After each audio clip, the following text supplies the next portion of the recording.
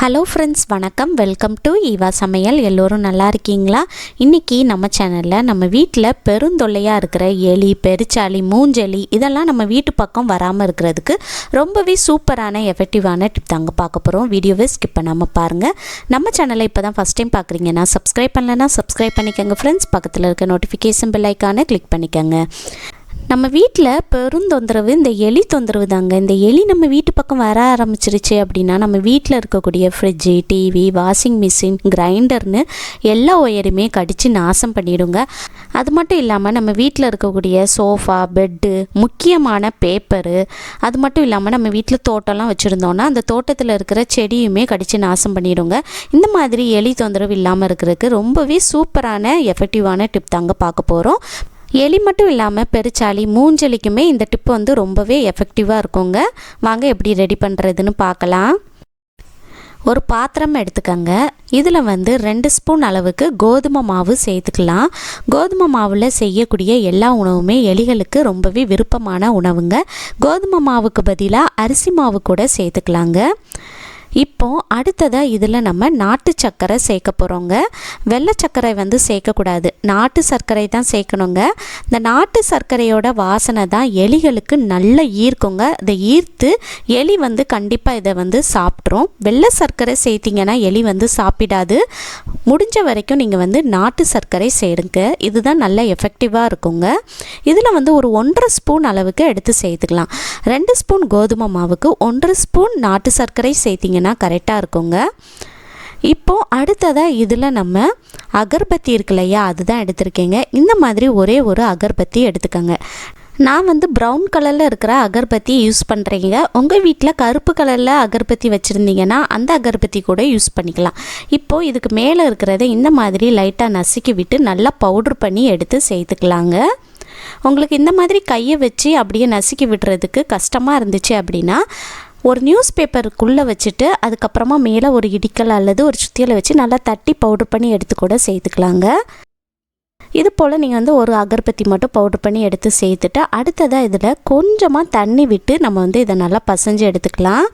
ஃபஸ்ட்டே அதிகமாக தண்ணி சேர்த்துறாதீங்க. கொஞ்சம் கொஞ்சமாக தண்ணி சேர்த்து சப்பாத்திக்கு நம்ம மாவு பசிவோம் பார்த்திங்களா, அது போல் நம்ம வந்து பசைஞ்சு எடுத்துக்கலாங்க.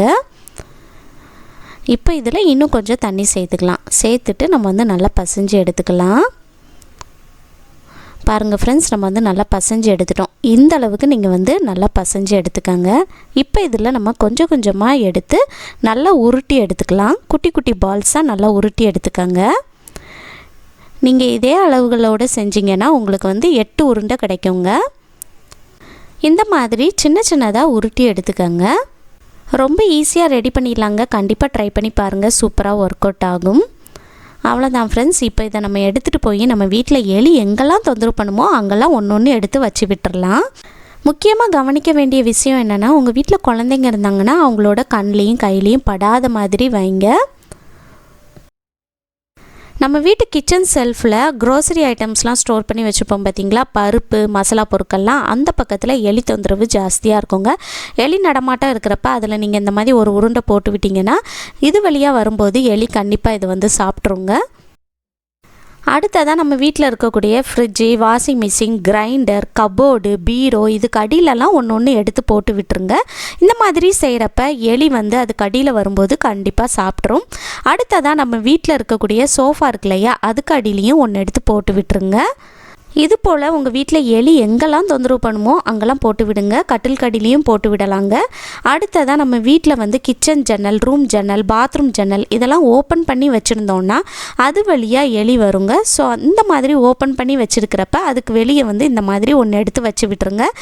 இந்த மாதிரி செய்கிறப்ப எலி வந்து இது வழியாக நம்ம வீட்டுக்குள்ளே வரும்போது கண்டிப்பாக அதை சாப்பிட்ருங்க. சாப்பிட்டதுக்கப்புறமா தலை தெறிக்க ஓடிடுங்க. மறுபடியும் நம்ம வீட்டு பக்கம் வரவே செய்யாது.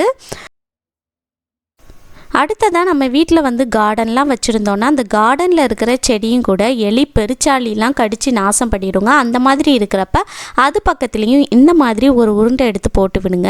அல்லது குறிப்பிட்டு ஏதாவது ஒரு செடியை வந்து எலி வந்து கடித்து வச்சிடுது அப்படின்னா அந்த செடி பக்கத்தில் இந்த மாதிரி நீங்கள் வந்து வச்சு விடலாம். அல்லது நீங்கள் வந்து அந்த செடி வச்சுருக்க அந்த மண்ணுக்கிட்ட இந்த மாதிரி நீங்கள் போட்டு விடலாங்க. இந்த மாதிரி செய்கிறப்ப எலி தொந்தரவு தோட்டத்துலேயும் இருக்காதுங்க. கண்டிப்பாக ட்ரை பண்ணி பாருங்கள், சூப்பராக ஒர்க் அவுட் ஆகும். நம்ம வீட்டில் கார்லாம் வச்சுருந்தோம் அப்படின்னா அந்த காரில் இருக்கிற ஒயரையுமே எலி வந்து கடித்து நாசம் பண்ணிடுங்க. அந்த மாதிரி இருக்கிறப்ப காரில் இருக்கிற டயர் இருக்குது பாருங்கள், அதுக்கு மேலே ஒரு உருண்டை எடுத்து வச்சு விட்டுருங்க. இந்த மாதிரி ஒரு உருண்டையாக நீங்கள் வந்து 4 டயர்லேயும் வச்சு விடலாங்க. அந்த மாதிரி செய்கிறப்ப எலி வந்து கார் பக்கத்துலேயும் வரவே செய்யாது. கண்டிப்பாக ட்ரை பண்ணி பாருங்கள்.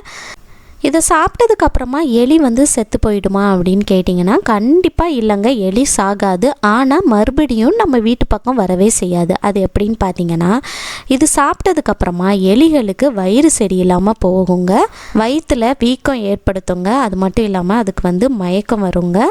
இதை சாப்பிட்டதுக்கப்புறமா அது முன்னே இருந்தபடி ஆக்டிவாக இல்லாமல் அதுக்கு உடம்பே கோளாறு ஏற்படுத்துங்க. பொதுவாகவே எலிகளுக்கு பார்த்திங்கன்னா ஐக்யூ லெவல் வந்து ஜாஸ்தியாக இருக்குங்க. மனுஷங்க மாதிரி தான் ஞாபக சக்தி ஜாஸ்தியாக இருக்கும். எலிகளுக்கும் ஞாபக சக்தி ஜாஸ்தியாக இருக்கிறதுனால இந்த வீட்டுக்கு போனால், இந்த இடத்துக்கு போனால் நமக்கு உடம்பு சரியில்லாமல் போயிடும் அப்படிங்கிற சிந்தனை வந்து அதுக்கு வந்துடுங்க. அதனால் பார்த்திங்கன்னா அது பயந்துட்டு மறுபடியும் நம்ம வீட்டு பக்கம் எட்டி கூட பார்க்காதுங்க, நம்ம வீட்டு பக்கம் வரவே செய்யாது. கண்டிப்பாக ட்ரை பண்ணி பாருங்கள் ஃப்ரெண்ட்ஸ், 100% ஒர்க் அவுட் ஆகும். இந்த வீடியோ உங்களுக்கு ரொம்பவே யூஸ்ஃபுல்லாக இருக்கும்னு நினைக்கிறேன். உங்கள் ஃப்ரெண்ட்ஸ் வீட்லேயும் ஃபேமிலி மெம்பர்ஸ் வீட்லேயும் எலி தொந்தரவு இருந்துச்சுன்னா அவங்களுக்குமே இந்த வீடியோ வந்து ஷேர் பண்ணி விடுங்க. இந்த வீடியோ முழுசாக பொறுமையாக பார்த்ததுக்கு ரொம்ப நன்றி ஃப்ரெண்ட்ஸ். பிடிச்சிருந்துச்சுன்னா லைக் பண்ணிக்கோங்க. நம்ம சேனலை இப்போ தான் ஃபஸ்ட் டைம் பார்க்குறீங்கன்னா சப்ஸ்கிரைப் பண்ணலன்னா சப்ஸ்கிரைப் பண்ணிக்கோங்க ஃப்ரெண்ட்ஸ். பக்கத்தில் இருக்க நோட்டிஃபிகேஷன் பெல் ஐக்கானை கிளிக் பண்ணிக்கோங்க. தேங்க்யூ.